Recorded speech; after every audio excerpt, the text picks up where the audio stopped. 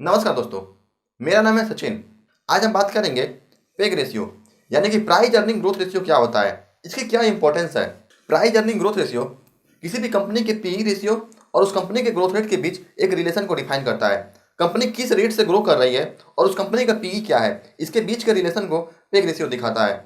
जैसे मान लीजिए दो कंपनी है, कंपनी ए और कंपनी बी, दोनों का पीई है। एक कंपनी का पीई 15 हो, दूसरे कंपनी का पीई 17 हो, 17 हो, तो आप बेशक कह सकते हैं कि जिस कंपनी का पी 15 हो उस कंपनी के शेयर्स के प्राइस सस्ते हैं। लेकिन क्या कि सिर्फ पी के बेस पे किसी भी स्टॉक को चूज करना चाहिए? इसमें हम कंपनी के ग्रोथ रेट को भी देखते हैं कि कंपनी किस रेट से ग्रो कर रही है, कंपनी का ग्रोथ रेट क्या है, कंपनी के सेल्स कैसे बढ़ रहे हैं, ये सारी चीजों की देखते हैं। इस चीज में पेग रेशियो हमारी हेल्प करता है। पेग रेशियो में बताता है कि कंपनी किस रेट से ग्रो कर रही है, कंपनी का ग्रोथ रेट क्या है, उस बेस पे हम एक अच्छा डिसीजन ले सकते हैं। इसको एक एग्जाम्पल से समझते हैं।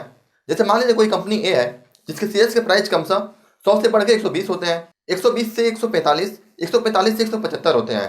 तो 100 से 120 में उसके शेयर्स के प्राइस 20 रुपये बढ़ रहा है, 20 रुपीज बढ़ रहा है, तो यहाँ पे इसका ग्रोथ रेट, कंपनी का ग्रोथ रेट 20% हुआ। फिर 120 से 145 हो रहा है, तो वहाँ पे भी 25 रुपये शेयर्स के प्राइस बढ़ रहे हैं, उसका ईपीएस 25 रुपये बढ़ गया, तो यहाँ पे भी इसका ग्रोथ रेट 20 से 21% हुआ। जबकि 145 से 175, 175 तक शेयर के प्राइस में 20 रुपये इंक्रीमेंट हो रहा है, ईपीएस उसका 20 रुपये है, तो यहाँ पे ग्रोथ रेट उसका 14 से 15% हुआ। क्योंकि पिछले सालों में जो भी हमने डाटा देखे हैं, पिछले सालों में कंपनी का ग्रोथ रेट 20%, 21% रहा है, फिर 14 से 15% के आसपास रहा है। ग्रोथ रेट 20 से 15 के बीच में रन कर रहा है, तो हम फ्यूचर में ये अनुमान लगा सकते हैं, ये एजम्पशन रख सकते हैं कि आने वाले साल में कंपनी 14 से 15% का इंक्रीमेंट देगी, उसका ग्रोथ रेट 14 से 15% का होगा। अगर हम 15% में ग्रोथ रेट माने या पिछला हमारा जो शेयर्स की प्राइस थी 175 माने, तो आने वाले समय में जो नेक्स्ट ईयर आएगा उसमें शेयर्स के प्राइस का हम अंदाजा लगा सकते हैं। अगर 15% ग्रोथ रेट माने तो इस हिसाब से हमारे शेयर्स की प्राइस 201 रुपये हो गई। यानी कि जो भी नेक्स्ट ईयर होगा, जो भी शेयर्स की प्राइस बढ़ के जाएंगे वो 201 रुपये तक जा सकते हैं। इस हिसाब से अगर हम पी निकालें, प्राइस टू अर्निंग रेशियो निकालें, तो price to earning ratio equal to होता है कि शेयर्स की प्राइस अपन ईपीएस। ईपीएस का मतलब अर्निंग पर शेयर, मतलब एक शेयर्स के पीछे आपको कितनी कमाई हो रही है, ये बताता है अर्निंग पर शेयर। और पी रेशियो बताता है कि 1 रुपये कमाने के लिए कंपनी को आपको कितना देना पड़ेगा, कंपनी में आपको कितना इन्वेस्ट करना पड़ेगा, ये बताता है पी रेशियो। तो अगर हम पी रेशियो निकालें तो current share price into EPS, जो कि करंट शेयर प्राइस है 175 है, जबकि ईपीएस यहाँ पे जो 145 से 175 तक इंक्रीमेंट हुआ है वो 20 रुपये ईपीएस है। यानी कि 175/20 यानी कि 8.75, हम 9 मान लेते हैं इसको कि पी यहाँ पे लगभग 9 है। अब हम पेग रेशियो निकालते हैं, प्राइस अर्निंग ग्रोथ रेशियो क्या है, इसका एक फार्मूला की सहायता से देखते हैं कि पेग रेशियो इक्वल टू होता है पी रेशियो अपन उस कंपनी का ग्रोथ रेट, कंपनी किस रेट से ग्रो कर रही है, ये होता है पेग रेशियो। तो कंपनी का पी रेशियो हम निकाले हैं 9 और कंपनी का ग्रोथ रेट जो करंट ग्रोथ रेट है वो 14 है, 14% है। तो पेग रेशियो इक्वल टू हो गया 9/14, यानी कि ये वैल्यू इज लेस देन 1 आ रही है, एक से कम आ रही है। तो यहाँ पे हम कह सकते हैं कि जो भी शेयर्स हम खरीदने जा रहे हैं, बाई करने जा रहे हैं, वो शेयर्स सस्ते हैं, अंडर वैल्यूड है, उस शेयर्स को हम बाई कर सकते हैं। अगर यही पेग रेशियो की वैल्यू एक से ज़्यादा आ जाए तो हम कह सकते हैं कि शेयर्स महंगे हैं, ओवर प्राइस है, ओवर वैल्यूड है।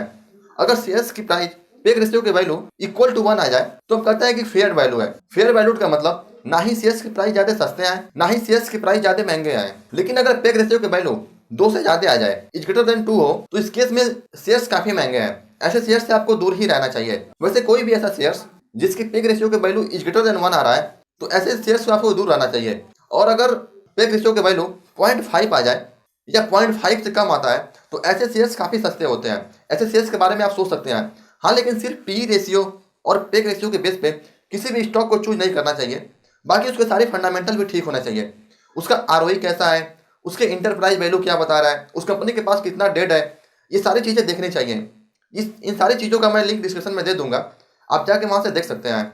अब पेग रेशियो के कुछ लिमिटेशन देखते हैं कि ये लिमिटेशन कहाँ पे काम करता है, ये पेग रेशियो कहाँ के लिए एप्लीकेबल है, कहाँ के लिए एप्लीकेबल नहीं है। ऐसी कंपनियां जो ज़्यादा डिविडेंड देती हैं, ऐसी कंपनियों के लिए एप्लीकेबल नहीं है, क्योंकि कंपनियां डिविडेंड दे रही हैं, उसका ईपीएस से कोई डायरेक्ट लिंक नहीं होता है, कोई डायरेक्ट रिलेशन नहीं होता है। जो कंपनियां ज़्यादा डिविडेंड देती हैं उसके शेयर्स के प्राइस, उसके ईपीएस ज़्यादा नहीं बढ़ते हैं, उसके शेयर्स के प्राइस में ज़्यादा इंक्रीमेंट नहीं आता है। लेकिन ऐसा जरूरी नहीं है। लेकिन आप ऐसा बोल सकते हैं कि जो कंपनियां ज़्यादा डिविडेंड दे रही हैं, ऐसी कंपनियों को पेग रेशियो के बेस पे जज नहीं करना है। दूसरी क्राइटेरिया, कोई भी ऐसी कंपनी जिसके शेयर्स के प्राइस में काफ़ी ज़्यादा मूवमेंट हो रहा हो, जैसे कोई भी आईटी सेक्टर से रिलेटेड कंपनी हो, उसके शेयर्स के प्राइस में काफ़ी उतार चढ़ाव देखने को मिलता है। पेग रेशियो से रिलेट नहीं करना है, पेग रेशियो से एनालिसिस नहीं करना है। अगर इसके हम डिसएडवांटेज बताएं तो इसमें हम फ्यूचर के बेस पे फ्यूचर का ग्रोथ रेट निकाल के उस हिसाब से पेग रेशियो निकाले हैं। तो ये फ्यूचर के एजम्पशन के बेस पे निकाला गया है, तो इसलिए गलत हो सकता है। तो ये जरूरी नहीं कि हमेशा पेग रेशियो से निकाला गया आपका फंडामेंटल एनालिसिस जिस भी कंपनी के लिए आप रिसर्च कर रहे हैं वो सही हो, क्योंकि इसमें फ्यूचर के बेस पे एक अजम्पशन के बेस पे निकाला गया है। जो भी हमने पिछले डाटा में माना है, पिछले कैलकुलेशन में दिखाया है कि ग्रोथ रेट अगले सालों में 15% के आसपास हो सकता है और उसके शेयर्स के प्राइस 201 रुपये पहुंच सकते हैं। लेकिन ये सिर्फ एक एजम्पशन है, ऐसा जरूरी नहीं है कि शेयर्स के प्राइस उतने जाएंगे। हाँ, लेकिन अगर फंडामेंटल उसके ठीक हो, कंपनी के फंडामेंटल अच्छे हो, उसका आरओई अच्छा हो, कंपनी ने डेट नहीं लिए हो, तो ज़्यादातर चांस है कि उसके शेयर्स के प्राइस ऊपर जाएंगे। अगर आप स्टॉक मार्केट से रिलेटेड किसी और टॉपिक पर वीडियो चाहते हैं तो कमेंट सेक्शन में लिखिए, और वीडियो अच्छी लगी हो तो लाइक कीजिए और सब्सक्राइब कीजिए। धन्यवाद।